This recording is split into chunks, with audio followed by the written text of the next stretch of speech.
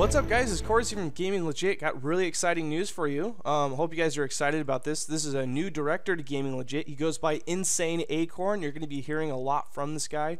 He's an awesome dude, and I'm sure you're going to absolutely love the videos he's going to be producing for you. He's a big Bad Company 2 fan, and I know a large portion of you guys are Bad Company 2 guys. So here you go, InsaneAcorn. Hello everybody, I'm bringing you a game of Battlefield Bad Company 2 on the Xbox 360. I am InsaneAcorn. I am hopefully going to be a director here on Gaming Legit, depending on how well this video does and yeah, depending on what everybody thinks of my content. Yeah, let's carry on. The first thing I'll just talk about is a little bit of a background. I've been doing Bad Company 2 videos and some other Battlefield ones. I think I've done a 2142 video for about a year. And so I kind of know the game quite well. I'm not an expert player. I would say I'm above average. I mean, I can win games for my team.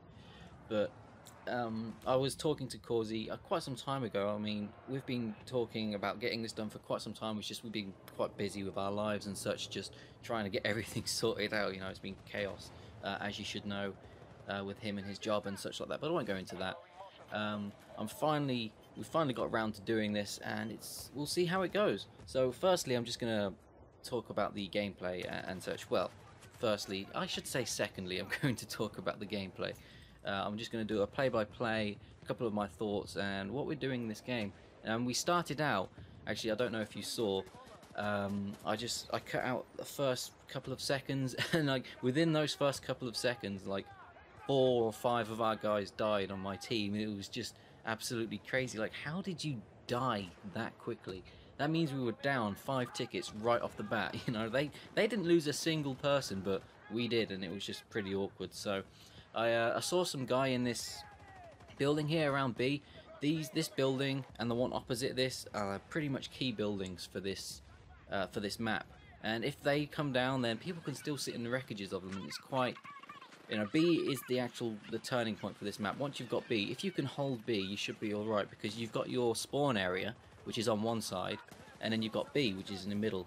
So you can pretty much attack wherever the hell you like pretty easily, as long as you're quite coordinated.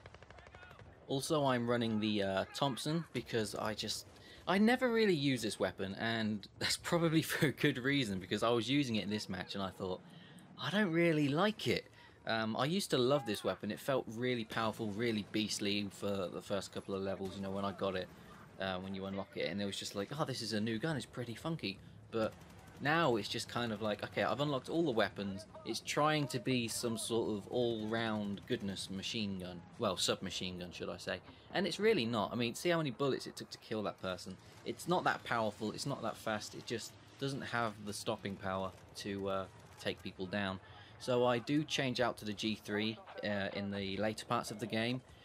I love the G3 actually. Ever since I've been able to run the red dot and 4 times on it, I've loved the G3. I mean, yes, I can use it quite well with the iron sights. And don't get me wrong, the iron sights are actually pretty good. They've got the nice little thin tick kind of going on, and it's really easy to aim with.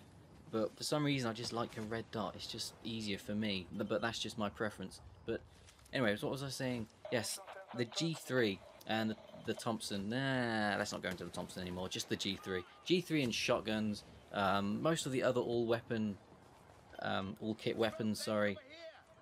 They are really good to run with the recon roll. I hardly ever run a sniper rifle with my recon kit now, because it's just not really needed. I mean, look how well I'm doing here. I've got the motion mine, so in core mode, I know pretty much where the enemy is if I do it correctly. I mean, I usually play with a lot of people, and some of them, like, they run recon just for the sake of having a sniper rifle and doing long distance things, but when they're kind of with me with shotguns, they always forget to throw out their motion mines, and it's amazing how often I have to remind somebody, like, dude, can you throw a motion down, because I can't do it, and they're like, well, yeah, I've still got 3 of these, I'll put this on. So I just love it for that that awareness. The recon kit is probably my second favourite kit bar the engineer, because the engineer is just all-round goodness, really. I mean, it's got a submachine gun. You can do short or long range depending on how good your accuracy is, and if you're using certain weapons, long range is actually pretty good, especially PP2K with 4 times aim. beautiful for sniping for some reason. Do not ask me why. But anyways, I do faff about this area for quite some time. There's guys up in these ceiling places, these what are they called? These lofts, these loft areas. Yes, there's guys like up in these loft areas, and they're just really tedious and just really quite obnoxious. So I spend quite a lot of time faffing about, and I really shouldn't have. So as you can see, all my faffing about with that guy, I managed to kill one of them, but another one spawned there. I spent more time just trying to kill him, and I eventually did. In that time, they managed to take B, which was not really... I should have got my priorities right, but then again, if I did run out, that guy probably would have got me from the loft, so I think taking him out was the best option. I mean, we do manage to take B back. And right here, of course, as I was running in, I was being tagged by a guy up in the second story or second floor. Is the more correct way for me, anyway, being English and all. He was shooting at me, so I just waited around for a little bit, made sure he wasn't facing my way, so I could kind of sneak up behind him and get him. And then I do. And then, of course, there's always going to be one of these guys. This guy had the most amazing reactions ever. I just got into the window and look at him. Bang! Pow! I think that was an actual headshot with a Gustav, or whatever rocket launcher he was using. I can't quite remember, and I wasn't paying that much attention, but it was just like right in my face. I'm pretty sure it was a headshot because the wall didn't actually explode, so I was kind of like, wow, that guy's pretty good with that gun. What am I talking about, gun? Well, actually, that could be quite accurate. I mean, rifle or sidearm is the technical term for, you know, one of those kind of weapons, and guns like an all-round general thing, I believe. I'm blabbing now, sorry about that. But anyways, getting back to where I just spawned here, it was actually really funny for me because these things almost never happen to me. I'm quite the unlucky gamer in that I always spawn in the wrong places. But at that time, I kind of spawned in on my teammate. I heard a door bash in behind me, and I was like, I don't see anyone on my minimap. Turn around, there was just a guy fleeing from me. Well, he wasn't fleeing, he was running, but I like to think he was fleeing from my my battlefield knowledge. That makes no sense. But anyways, I managed to take him down with the Thompson. This next part was quite annoying on my part. I mean, if I had any other weapon, I probably would have got a nice double here, but I kind of messed up. I mean, I aimed for the recon, then I switched targets, and then I switched targets again. And I only managed to take one guy down, and I probably could have got a double there, but I didn't notice the guy actually inside the building, which was a fail on my part. I mean, I briefly looked in the building when I was running over, but I guess I ignored the bullets flying from there as like bullets flying inwards from my teammates taking care of them. But I guess that was just my own mistake. I mean, it happens to all of us. There's so much to concentrate on, and it's actually quite fun, like concentrating on all of this. And as you can see now, actually, yes, that part there changed me. I thought, I'm not using this weapon. It's not powerful enough. It's just not for me in this round. I mean, the reason why I chose it as well is because I haven't used it in a while, and the round before this there was a guy running the same kit, and he was completely devastating with it. He was just mowing people down, or maybe he was just killing me a lot, I'm not sure, but I just remember being killed a lot by him, and I was like, I'm going to try that out because I haven't run the Thompson in quite some time. But wasn't for me. Decided to run the G3 because it's such a powerful weapon. I would advise not to spray with it. I mean, it's not the fastest firing gun, or should I say weapon, in this game. It's quite chuggish, if that makes sense. It's very chuggish, sluggish, whatever you want to call it, and it's got so much power, but it's quite slow, and it's really inaccurate when you spray. I mean, later on I do spray it once, I believe, and that's just because the guy was literally right in front of me, and a couple of bullets still missed. So yeah, as you can see now as well, right here I'm making use of the cover that this building provides, but because this is such a map with so many routes you can take, I do get flanked from the side, and I don't actually show it, but off camera, so to speak, I spawn in, on my teammate, and then I kill this guy camping here because my teammate just completely misses it, and then I die right again. So I just cut that out, and now I'm fast forwarding for the boring bits.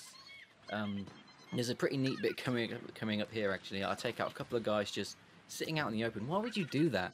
You don't want to just stand still for so long in this game unless, well, even if you're a Wookiee, I mean, at least move side to side. But I come out of the fast forward mode, that isn't actually part of the game, see a guy running up the left, and I think he's going to try and come around and flank me. So I throw a motion mine down, and this guy gets scared shitless, right? Watch him turn. Zoom. It's like, I just saved your bacon, son. And it was amazing how quickly he turned. He was just like, dude, whoosh. And it's just like, dead. I saved you. I think the guy who I killed got one shot off on the person who I saved, because I got the savior pin, and I don't think you get that unless you kill somebody who's just damaged one of your teammates recently. So I got that, which was nice. And now we have to take our objectives back, because we've lost them all, so we've got to take them back now. And I believe that was partly because I was faffing about a bit. In Conquest, you do tend to get sidetracked a bit from the actual taking of the objectives. It can be basically one huge deathmatch if you choose, but I prefer to get the objectives. I mean, if you've got all 3 flags, the other team's tickets go down so fast, and from now on, you see we're about 20 tickets ahead, which is quite good. And look, watch this. I get him on the last bullet of my clip, and here's where I was on about the hip spray. I see a recon coming up the stairs, and I managed to I got 3 shots into it, but look at that hip spray. It was so wide, and maybe it didn't help that I was waving my gun side to side, you know, like the first Jurassic Park first-person shooter kind of game. Anybody remember that? You know, where you it's a Jurassic Park game where it's like the first 3D game or something like that, and like your main weapon is like an arm, and it just waves around, and it's really funny. I remember that game vividly. It was quite hilarious. But what was I saying? Yeah, I was talking about the ticket count, and earlier, when I was actually talking about it, we were about 20 tickets ahead, and if you look now, we are barely just ahead. And this is why I chose one of these matches, because we were constantly trading bases, and I done fairly okay. I would say this is slightly less than my average score sometimes. I can't actually say for sure. I mean, I've played so many matches, it's so hard to remember what my average score would be. It was a really competitive game. We were trading bases, and it came down to the wire. I mean, there goes our what's it, that siren, which was, I'm so glad they patched that. I mean, when it first came out, I got so pissed off of that siren. I hate this as well. They need to fix this in Battlefield 3. I mean, seriously, stuck on a window. I would have got this next kill as well if it wasn't this bloody window. I mean, I hop on, I'm like, yes, I've got it. Oh, there's a wall there. But what was I saying again? Yeah, about the ticket count in the game, and it was just a really all-round competitive game, swapping. And as you can see now, we are slightly just ahead, but we had like one objective point, one flag, and it was a really tough match, and it was a really fun match actually, and it's why I play this game, because it's really fun. It's competitive most of the time. I mean, sometimes you get just general dicks that don't want to play the objective, and you just have to rage quit. I'm not ashamed, but I am ashamed to say that I have rage quit in the past. It's just, you do get irritating moments, like this one here. I'm chasing this recon through, and bosh. Oh, but we do end up getting the win, and I do hope you've enjoyed this commentary. If you have enjoyed it, then give it a thumbs up, or just let us know somehow so I can carry on making these videos on Gaming Legit. Take care, guys.